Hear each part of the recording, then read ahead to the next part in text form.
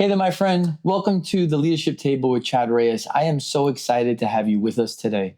And today I have my wife and my business partner, Danielle, with us, and we're going to be having an amazing conversation. The reason why we're going to have an amazing conversation is because we've lived this. Mm-hmm. We've lived this for 20 years of working together. Today, what we're going to be talking about, and you don't want to miss this.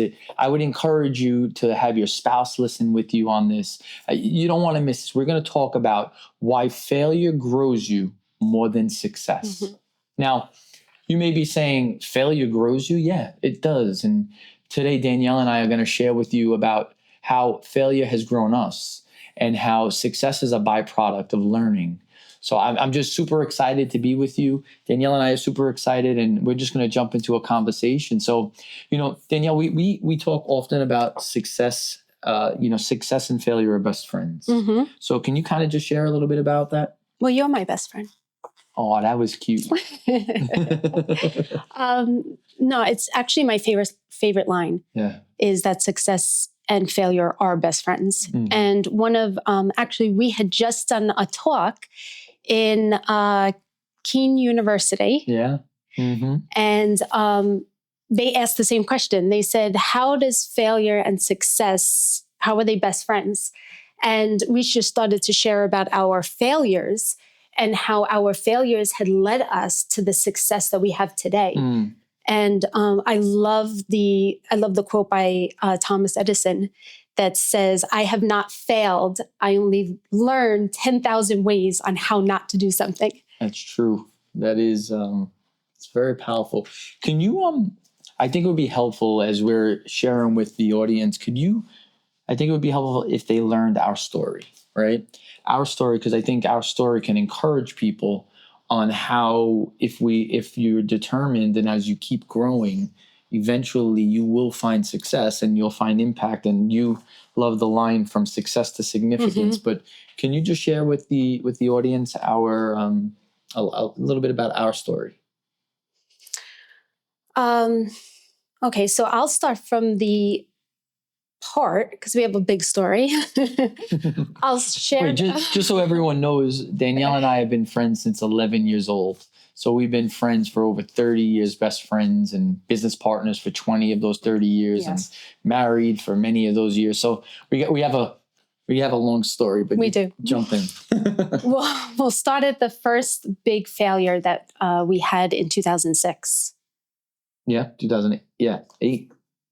Was it 2008? Yeah, 2008. You're the one with the numbers. He's my numbers guy. Yeah, 2008. 2008. So I remember we went into a business move and we had lost everything. We had signed off our business to someone else. And through that process, go ahead, you pick up from here. No, I remember it was 2008. We're trying to be as successful as possible. You're just starting to see some success in your career, right? Mm-hmm. And we make a bad business decision, and that bad business decision winds up really financially hurting us. But I look back now, and I think you would agree that was probably the greatest blessing that ever happened, because I remember, without sharing names, I remember that mm-hmm. this person, I saw how they operated and how there was a sense of urgency and how they did things with a higher level of excellence and creativity. Did it work? It didn't work. Obviously, the business didn't work, and it was a struggle for us mm-hmm. going through that season. But I just look at it and say, if that failure didn't happen, the successes and the impact that you and I get to make today is because that was a failure that we had to grow through and learn and struggle through. Because I just think that so many people, they try to be successful, right? But they're trying to be successful and they're missing learning from all the failures, because the failures, you're going to have more failures than you're going to have success.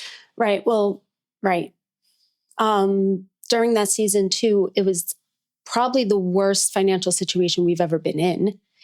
And then adding to that, we had a mentor who was mentoring us, very successful. And he said to us that, we were just too in too much of a financial debt. Yep, debt. That's what it's calling him. Debt. Situation that he didn't want to put his name, alongside us. And then we understood that. But at a time probably where we needed him the most, that it occurred. And then another thing happened. Yeah, we had a business coach. This is crazy. We had a business coach that was murdered. So all this happened in between 2008 and 2009. We lost everything. Business coach was murdered. Mentor kind of said, listen, I believe in you, but not enough to use my name or my company. And you kind of think of all of that, and I'm kind of like, wow. But that was the greatest opportunity for you and I to, one, come together and work together more effectively and challenge ourselves to grow. And I think that my thing is, I think that failure is a failure if you lean into it and want to learn, right? Failure can become your best friend because it will teach you the things that you need to learn to become successful. And I think too many people today want to be successful more than they want to grow. So as we were preparing for this, I was just listening to some messages, and I'm sure many of you are familiar with, and if you're not, you should be, with Miles Monroe. And he started off sharing about how conditioned we are to avoid failure. And I think that that's something that we should talk about, right? Yeah. Is because there is a part to us that we fear so much to fail, not realizing that failure is really success's best friend. Yeah. Well, I think so that, as we were writing the book, right, you were helping me with writing Awaken Your Potential. And in that chapter 6, we talk about role versus identity. Right. Right. And I think I think failure, the world that we're living in, failure is seen as an identity rather than the role. And maybe I can unpack it a little bit for everyone. That the role is how we perform as a business owner, right? Obviously, in 2008, we were not doing a good job. We found ourselves in a very bad spot. But imagine if our identity was so tied to it, we would never have been able to get out of it because we would have been so focused on everything that was falling apart rather than what was possible. Well, we would have looked at like we were failures. We would have looked at the situation and said, we're such failures. We should give up now, and maybe this isn't for us. Yeah. And I think about it, right? I think the thing that makes you and I very unique and different is we come together and rally around making our future brighter than our past. And I think when we think about why failure grows you more than success is because if we fail, but we learn from the failure, then our future will always be brighter. But I think people want to run away from failure. They don't want to say, hey, it didn't work. Like I'm very comfortable trying something. If it doesn't work, that's okay. Right. And I'll keep trying and I'll keep trying and I'll keep trying. And sometimes to certain people, it could be like, it didn't work. It didn't work. It didn't work. But maybe that's telling us to stop. Yeah. But not realizing that I'm not just trying to get to something that works. I'm trying to get to growth and success. Right. And that process. Can you want to talk about the cycle of success? Because I think it's so key. Well, actually, I'd just like to bring up another story about Sarah Blakely. Yeah. So for those that know Spanx, I'll shout out to my girls. But now, what is Spanx again? Well, I wouldn't know about that, of course. So Sarah Blakely, the founder of Spanx, her father used to have a routine at night and used to ask her and her brother, what did you fail at today? That's so powerful. It really is, though. Like, I mean, like, I wish I had, like, you failed and you need to. It's a very powerful statement because it's embracing failure. It really is. Well, it actually redefined failure for her because what it did was it told her that if she didn't fail something at that day, she didn't try something new. And I think that's actually even more powerful, right? Mm-hmm. Failure is really that if you're not failing, you're not trying. You're not trying, and you're not trying to do new things. Yeah. Like you think about it, like if you're going to do anything of significance, it's going to require a high probability that it could not work. So if you're going to try something and you're only trying the things that you're guaranteed is going to work, how are you ever really going to truly reach your potential? And like you and I talk about this often, that potential, right? Like potential is not success. You could have success financially and still not reach your potential. Right. Potential is reaching what you could have done compared to what you are doing.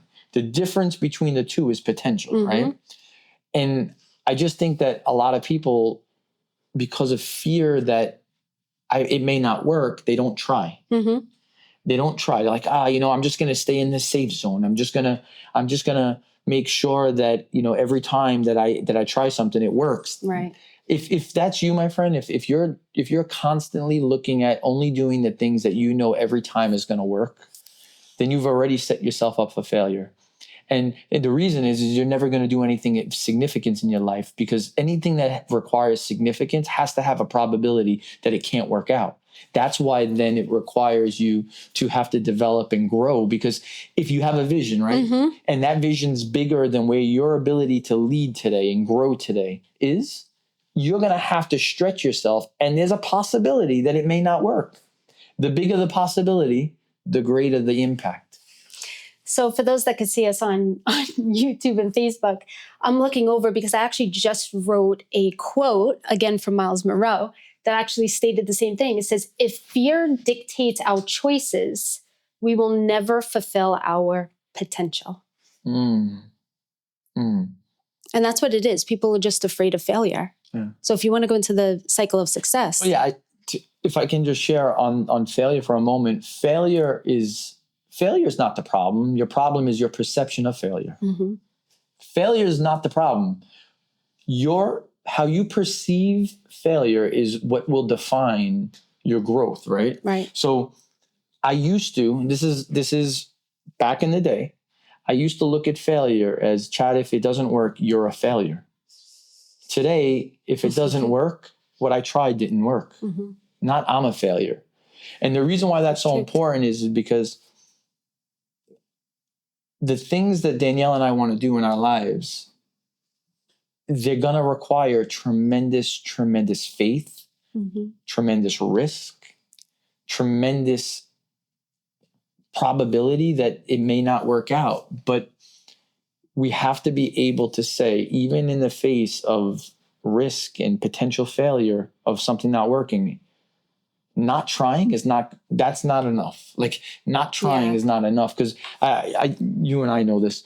My dad passed away in 2006. I remember being in the hospital. My father was a Marine. He was he fought in the Vietnam War for our nation. And I remember seeing him on his deathbed. And he literally, I remember they said, like, Chad, your dad only has another hour left. And and I remember looking at him, and I remember saying, he had so much more to give this world. He had so much more to give this world, and he's passing away at 58 with so much more inside of him. And I remember, this is even before I gave my life to Jesus, I remember saying, Chad, that will not be you. You will die empty. And I didn't even know the phrase at that time. I just knew what it was the biggest fear that I had at that time was that I would one day be on that bed and I had more to give the world and I ran out of time. Right. Now that's failure. When you had more inside of you and you ran out of time because of fear and procrastination. My friend, don't put yourself in that spot. Right. Agreed. It's just, it's powerful. And I want to give you a formula because Danielle and I and all of our organizations, we use this methodology called Awaken, Empower, and Equip. I want to just unpack it for a moment, because if you understand these three things, it will change your life. The first thing is as a leader, we have to be awakened that there's more potential inside of us. Sometimes you need somebody to help awaken that too, though. I do that all the time for her. She does it for me too. But you have to be awakened that there is more inside of you. Because if you're not awakened that there's more inside of you, then you can't move to the next step, which is empower.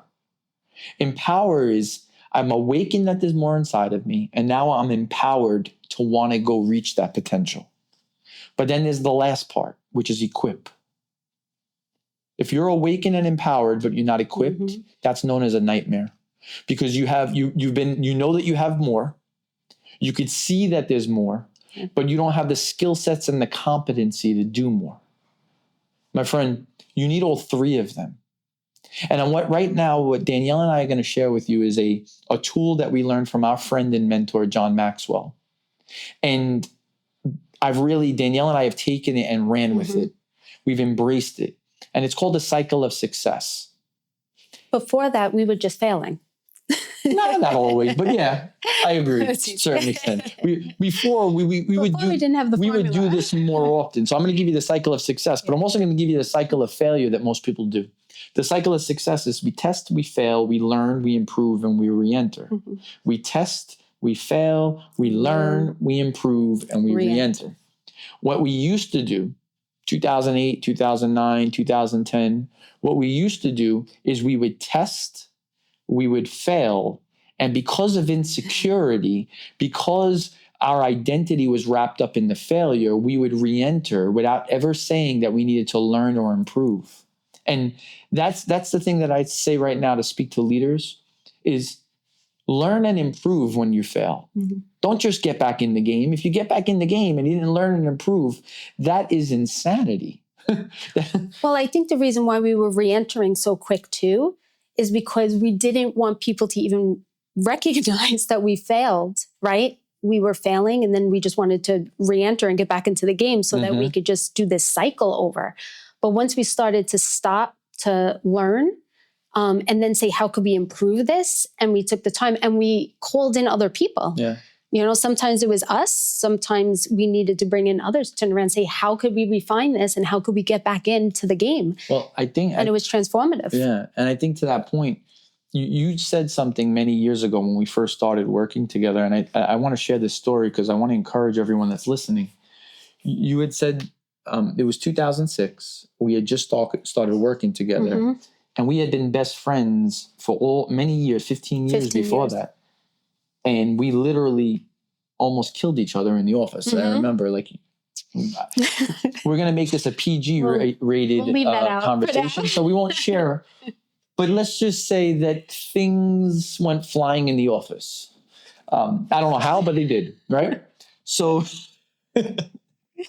but I think what Danielle said, because she sparked us and she put us on a journey, was she said, we need a coach. And at that moment, I've had coaches in sports, but I never had a coach in business.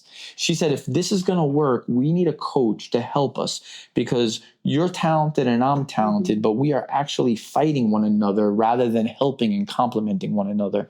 And that changed our life, honestly, because in 2006 is when we first started working with coaches. And today now we own a leadership and coaching company that we help entrepreneurs and corporate teams. Yeah, God's pretty amazing. It's amazing.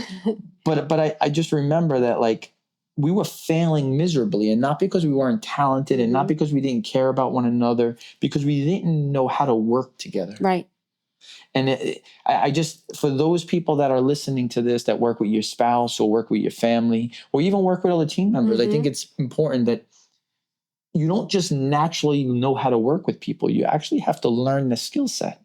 It's a skill set. Right. And there's actually tools that can help you. So instead, we were just trying to figure it out when really there's people out there that were able to help us. And, like us.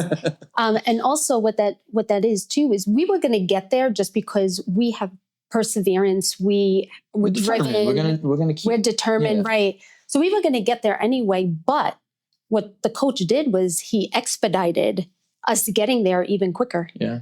And that's how come we were able to then have multiple organizations, because that started with our first organization. Now we have 5. I don't know. We got 5 children varying in ages, known as businesses. But, you know, I want to share this as we're wrapping. I shared before, awaken, empower, and equip.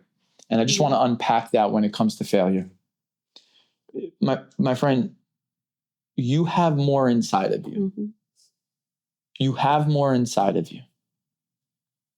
I want to encourage you to reach that potential. I want to encourage you that don't just look at what's possible and then not reach it. Mm-hmm. Go for it. I want to empower you to go after your dream. Go after that vision that's deposited in your heart. And then what I want to do is this. I want to give you some tools that you can use. There are things, if you go on our website, chadreyes.com, and go to book resources, you'll see some resources that are in my book, Awaken Your Potential, that Danielle and I put on the website to help you be a resource. I got tools there, a monthly game planner or daily game planner, our business model alignment. These are things: purpose, vision, values, giftedness, strategy, metrics. Those are the 6 things that an organization needs to focus on in that order to be successful. There's tools on there. Go on our YouTube, see videos, but don't just hear this message and do nothing with it, because honestly, you're only going to apply 5 to 10% of what you heard today. Right. What will equip you with the tools is the thing I'm about to share with you. If there's anything that you listened to Danielle and I as we were sharing our heart and just sharing from our struggles, this last part is the part that turns good intentions into intentionally good. It takes good intentions into now good action. It's this: date, time, location, accountability partner. You see, when you test, you fail, and now you learn and you improve. In that process, and I'd encourage you to add, how can AI improve this? But when you go into improve, date, time, location, and accountability partner. What's the day that I'm going to work on this? What time is that? Where am I going to be when I'm doing it? And then who's going to keep me accountable? Those 4 things increase the probability of you improving by 90%. It's scientifically proven. And I want to encourage you to do that, because the stuff that Danielle and I are sharing in the leadership table that we have, these conversations are not just for us to sound smart. It's to encourage people like yourself to go out and do things bigger, faster, better, and greater. We also want to encourage you to pick up the book. And really, this is something that we know will impact your life. So if you liked what we shared today, a lot of these principles are in the book. They are. Yeah. And pick up an Audible one or pick up a physical copy. Yes. Yep, we did Audible too. By the way, just so everyone knows, because I want you to have a little bit of insight, I was going to have someone record my audiobook, and my wife and business partner said, "You can't do that." I said, "Why?" She said, "Because they need to hear from the author." So against my own wishes, I went into the studio. I spent 2.5 days of recording, and I recorded it. And so many people have said to us, it was so impactful, because as I'm going through the book, I'm speaking with moral authority, because I'm the one who wrote the book. Right. So powerful. So tune in. Yeah, tune in. And I just want to thank you again. Thank you for joining the Leadership Table with Chad Reyes. Today, I had my amazing wife, Danielle Reyes, and business partner with me.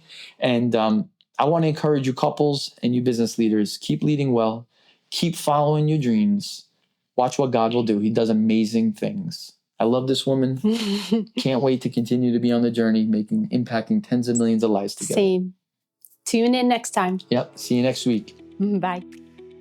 Hey there, my friend Chad Reyes. I am so excited about our radio show coming up, The Leadership Table with Chad Reyes. It's every Sunday at 6:30. Then we're going to go live on Monday at 6:30, so you could ask your own questions. Jump on in. We cannot wait to have you join us. It's going to be a time where I invite some of the greatest leaders I know to join me at a table. And what I've learned about a leadership table is that's where potential is released. Every Sunday, you want to join us. You want to be sitting at that table with us so that you can reach your potential, you can release it in others, and you can accomplish your dreams. My friend, like, share, comment, drop a comment. I'm telling you, it's going to be amazing. I just can't wait for you to be on with us. I cannot wait. And listen, hey, hit subscribe at our YouTube channel. Visit chadreyes.com/WMCA and you'll get all the details you need. I'll see you on the table.